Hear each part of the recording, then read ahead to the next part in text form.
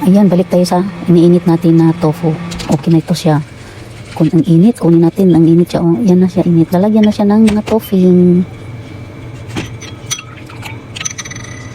Ayan, ito yung baso na gagamitin ko. Plastic siya. Tapos, ayan ang tofu. Ayan siya. Malambot yan siya na tofu. Ayan ang syrup. At saka, ayan ang tapioca.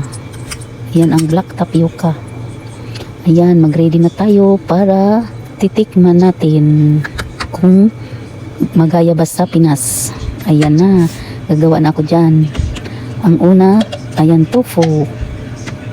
Tapos, lalagyan sa ibabaw ng syrup. Ayan siya, lalagyan siya ng syrup. Ayan, ang sarap. Ayan, tapos, lagyan ulit ng sa ibabaw ng tapioca. Ayan ang tapioca.